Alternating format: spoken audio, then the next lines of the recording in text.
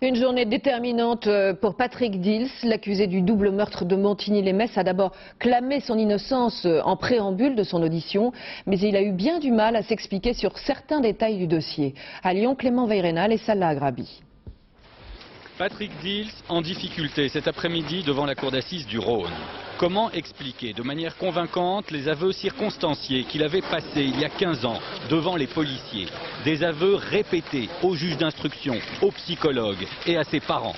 Aujourd'hui, il dit simplement « J'avais 16 ans, j'avais peur, j'étais pris dans un engrenage, je n'arrivais pas à trouver les mots pour clamer mon innocence ».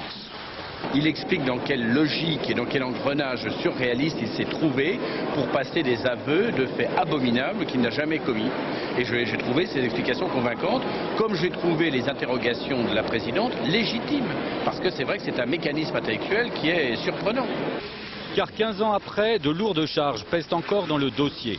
Face au juge d'instruction, le jeune garçon avait désigné sans hésitation la pierre avec laquelle il avait fracassé le crâne d'Alexandre, puis celle avec laquelle il avait tué Cyril.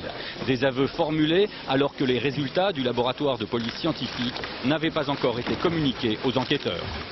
Quand Patrick Dils désigne les pierres, qui correspondent exactement avec les pierres qui ont frappé les enfants, qui ont tué les enfants et qui sont tachées du sang de chacun des enfants, et qu'il le fait spontanément, sans hésitation et sans attendre, et rapidement, seul le coupable, celui qui les a utilisés, celui qui a frappé les enfants, peut faire une telle désignation.